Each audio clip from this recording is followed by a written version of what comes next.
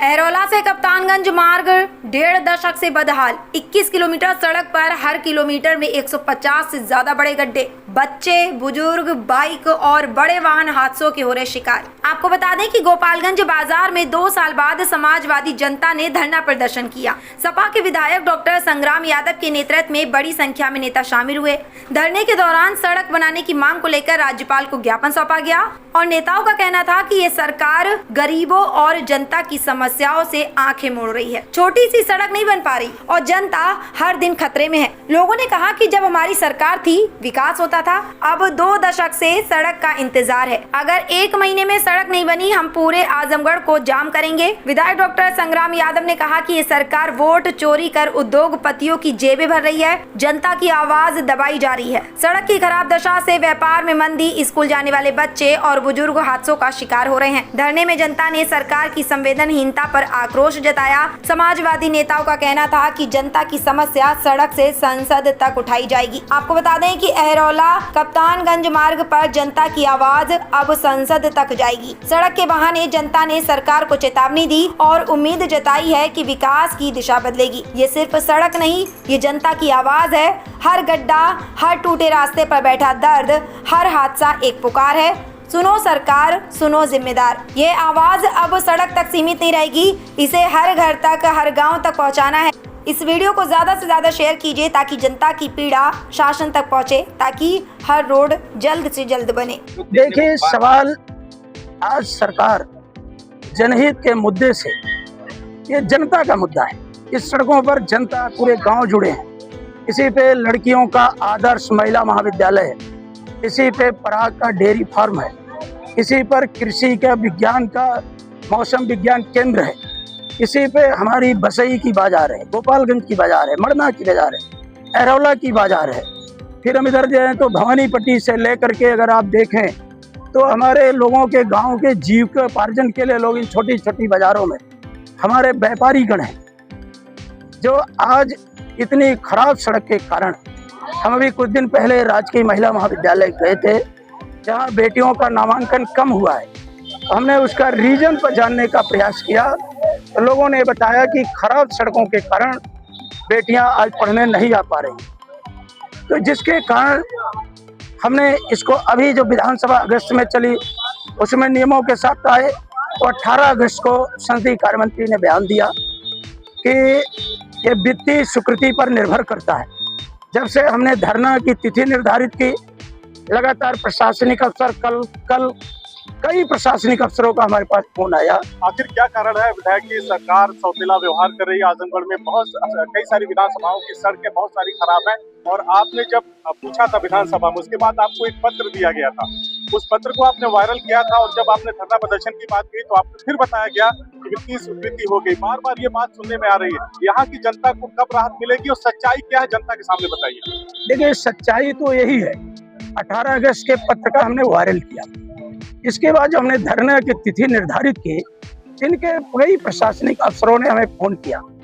हम उनकी चर्चा आपके बीच अधिकारी की नहीं करना चाहते। उन्होंने कहा कि विधायक जी ये स्वीकृत हो चुकी है और अभी हाल ही में। तो मैंने कहा आप जनता को बता दीजिए, आगे बता दीजिए, क्योंकि आपने लोकसभा चुनाव से पहले इसका टेंडर भी निकाला था और टेंडर इसलिए निकाला था 56 करोड़ की लागत से बनेगी। आपने कहा था कि बहुत जल्द शीघ्र निर्माण शुरू हो जाएगा, लेकिन 1 साल बीत गया और आपका वो टेंडर स्वतः निरस्त हो गया।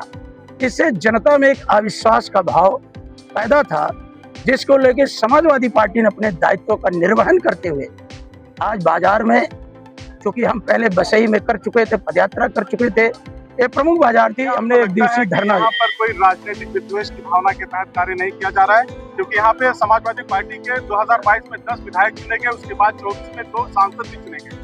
यहाँ पे भाजपा की राजनीतिक स्थिति बिल्कुल शून्य है प्रतिनिधित्व के मामले में। तो क्या आपको लगता है कि इस वजह से यहाँ से कुछ अलग तरह का व्यवहार किया जा रहा है? देखिए, उनकी स्थिति पहले भी शून्य थी, आगे भी शून्य रहेगी। वो कहीं, क्योंकि जनहित से उनका कुछ लेना देना नहीं। आजमगढ़ बहुत बड़ी धरती है और बहुत विद्वान पैदा हुए। अल्लामा शिबली नोमानी से लेकर महापंडित दाऊद सरदैन, कैफी आजमी साहब, हरियौत जी, बहुत बड़ी बड़ी हस्तियां और राजनीति के क्षेत्र में भी बहुत बड़े बड़े लोग आए। सर, अभी भी मेरे सवाल का जवाब नहीं मिला। क्या आपको लगता है कि कोई राजनीतिक विद्वेष की भावना रखी जा रही है आजमगढ़ से, जबकि मुख्यमंत्री कहते हैं कि जब से भाजपा की सरकार आई उत्तर प्रदेश में आजमगढ़ को दिया ही दिया है। मैं कहना चाहता हूँ, आप आजमगढ़ की बात क्यों करते हैं? पूरे उत्तर प्रदेश और देश के अंदर यहाँ के नागरिकों के साथ जिस तरह से भारतीय जनता पार्टी व्यवहार करती है वो आप सोच ही नहीं सकते। कोई अपने नागरिक के साथ इस तरह का व्यवहार नहीं करता होगा। जीएसटी लागू करते हुए क्या कहा था, नोटबंदी करते हुए क्या कहा था कि देश की सूरत बदल जाएगी। आज जीएसटी की सरलीकरण को लेकर के बाजार बाजार घूम रहे हैं कि दिवाली बन जाएगी। आज उत्तर प्रदेश बेरोजगार प्रदेश बन गया। उत्तर प्रदेश में स्वास्थ्य व्यवस्थाएं चरमरा गई हैं, ग्रामीण सड़कें जीर्ण शीर्ण अवस्था में हो गई हैं। सरकार जब उस पर विधानसभा में हम सब चर्चा करना चाहते हैं तो सरकार विजन डॉक्यूमेंट 2047 लेकर आके जनता को भ्रमित करने का काम करती है। इसलिए जनता का सरकार से विश्वास हट चुका है। इसलिए इंडिया गठबंधन ने 42 सीट जीत करके उत्तर प्रदेश में भारतीय जनता पार्टी को हराने का काम किया। आपका प्रदर्शन अब सदन से सड़क तक आ गया। अब क्या जनता को राहत मिलने की उम्मीद है? इस प्रदर्शन के बाद क्या होगा? देखिए, हम तो उनसे अपील करेंगे कि वो चेत जाए यथाशीघ्र। अगर वो कहते हैं कि वित्तीय स्वीकृति हो गई है तो यथाशीघ्र वो टेंडर प्रोसेस चालू करें और जितना जल्दी हो सके निर्माण शुरू कर दे, जिससे जनता में उम्मीद जगे। विधायक जी, जो अधिकारी आपको इस कार्यक्रम को करने से रोक रहे थे वित्तीय स्वीकृति की बात कह करके, उनसे क्या आपकी बात हुई है कि कब तक यहाँ की जनता को राहत मिलेगी, सड़क कब तक बनेगी? देखिए, आप सबके से मैं भी विधानसभा की कई कमेटियों में हूँ। मैं भी विधानसभा में समाजवादी पार्टी विधानमंडल दल का सचेतक भी हूँ, कार्यमंत्रणा में भी हूँ, एस्टीमेट कमेटी में भी। मैं बार बार सरकार से अनुरोध भी करता हूं और इसके लिए प्रयास भी करता हूं, क्योंकि सबसे बड़ी जिम्मेदारी मेरी है। यहाँ से यहाँ की महान जनता का आशीर्वाद हमें मिला है और ये हमारा दायित्व बनता है।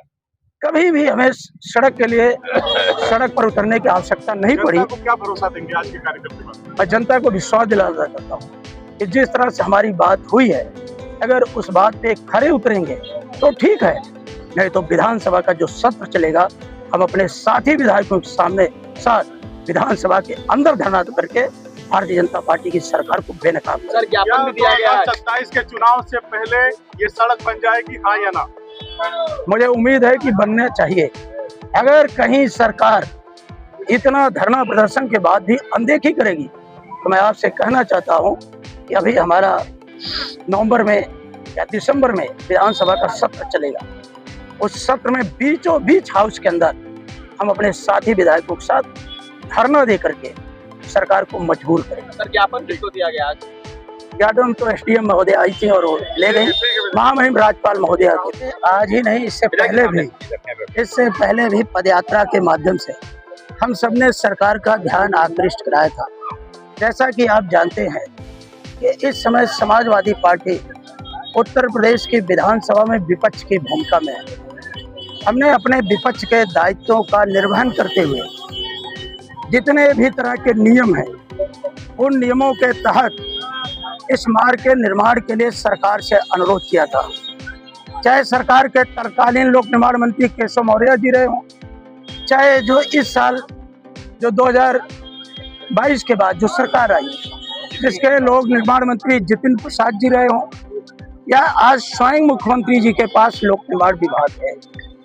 हमने अपने विधानसभा में नियम 51 के तहत लोक महत्व के इस विषय को विधानसभा में उठाया था और हमारे माननीय स्पीकर महोदय ने व्यवस्था दिया था और सरकार को निर्देशित किया था कि ये लोक महत्व का विषय है।